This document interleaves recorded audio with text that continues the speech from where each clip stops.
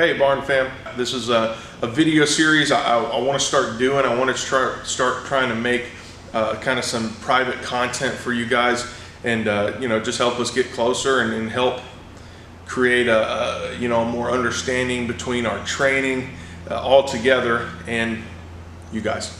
I want to talk about kind of how our program's laid out and how you can utilize it the best. So obviously, as I'm sure you know by now, we always have our warm-up piece that everybody does together, and then we have our sport, our fitness, and our power programs. Right now, we know sport is our more balanced approach. That's more of our strength and conditioning combined approach to fitness. Our fitness program is obviously more just full conditioning based, and then our power program is a much more strength approach, right? A more increasing muscle mass approach. Now, we know that what I want to talk about today is how to utilize each day, right? Because it is easy oftentimes to get kind of lost in the day after day and trying to do my best every day kind of idea. And I want to create an understanding that that's not necessarily what we're trying to create. That's not what we're trying to do. The only days that really matter are our testing days. And we've chosen specific workouts and specific lifts because we feel that it gives us the most well-rounded approach to our testing, right? If you're unaware, every Wednesday we do a girl WOD. Every Friday we max out on a lift. Our girl WODs, we run 7 different ones with one that we rotate in on the 8th week there. And then with our strength cycles, we run essentially 6 with a couple of them that will move in and out. Now, we test that way because we want to give an opportunity every single week to not only test conditioning, but to also be able to test strength. So what we've done is we try and set up every other day of the week as preparation days, okay? So what I'm getting at is any of our strength portions, Monday through Thursday, those are our strength cycles, right? And then we even work in our strength cycles into our WOD as well. We started it's a traditional, what we call linear periodization, where we're starting at a very low percentage and a very high volume, equaling reps in the total workout.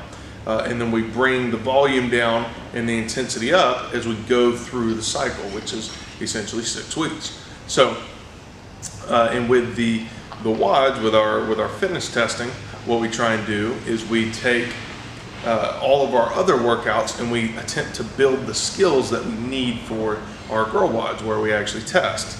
So one thing that we want to think about is what we're doing on those non-testing portions, right? What is our goal for the non-testing portions? We want to have a goal every single day we're in the gym, right? Hey, if you're worn out and beat up, the goal might just be to get through it. Right? There's nothing wrong with that, right? But if we're feeling good and we want to push a little bit, the goal on a practice day needs to be skill development and capacity building, right? And those take 2 different places, all right? So let's take today's workout, for example, today's WOD, for example, the 20-minute AMRAP, 1, 2, increasing by 1 rep every round, pull-ups, medicine ball sit-ups, and a 100-meter run stuck between every single round there, all right?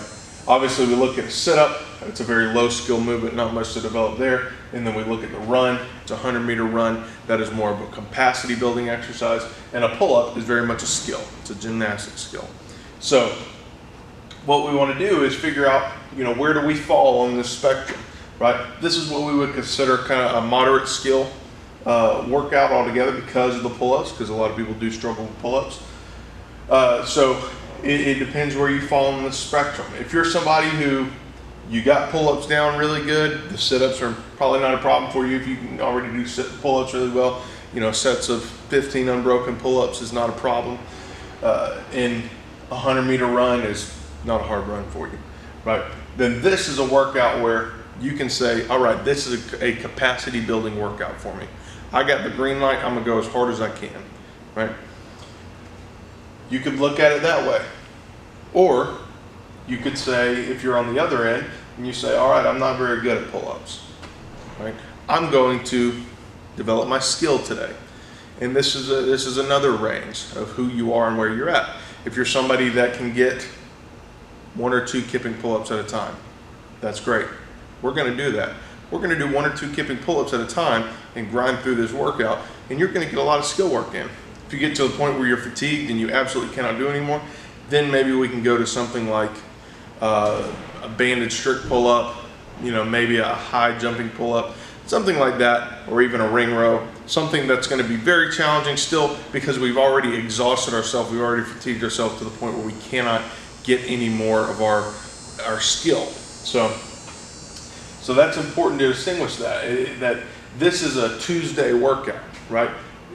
Nobody cares what your time is on this workout, right? Your time doesn't matter at all. This is skill building. We're trying to build the skill of pull-ups. We're trying to build the capacity of the overall workout, right? So let's focus on getting what we can, getting the preferred stimulus of the workout.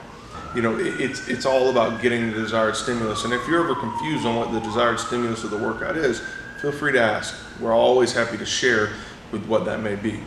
Now, whenever it comes to the strength portions, today just happened to not be strength day, it was a skill day. What we want to do is we want to focus on, one, always hitting our percentage if we can. We're getting as close as we can. We never want to go over our percentage, because what that does is it throws off the stimulus of the cycle.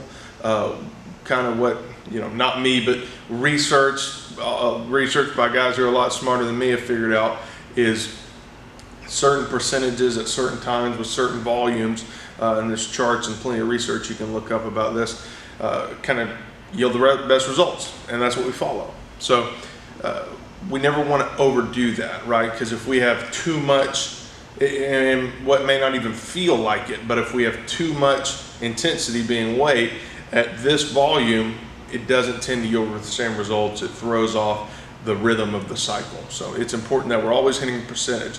Also, whenever we're going into a strength day, we should always have a technique aspect we're trying to build, right? Nobody's technique is ever perfect, right? The best deadlifter in the world is still building his technique. Everybody's always building technique.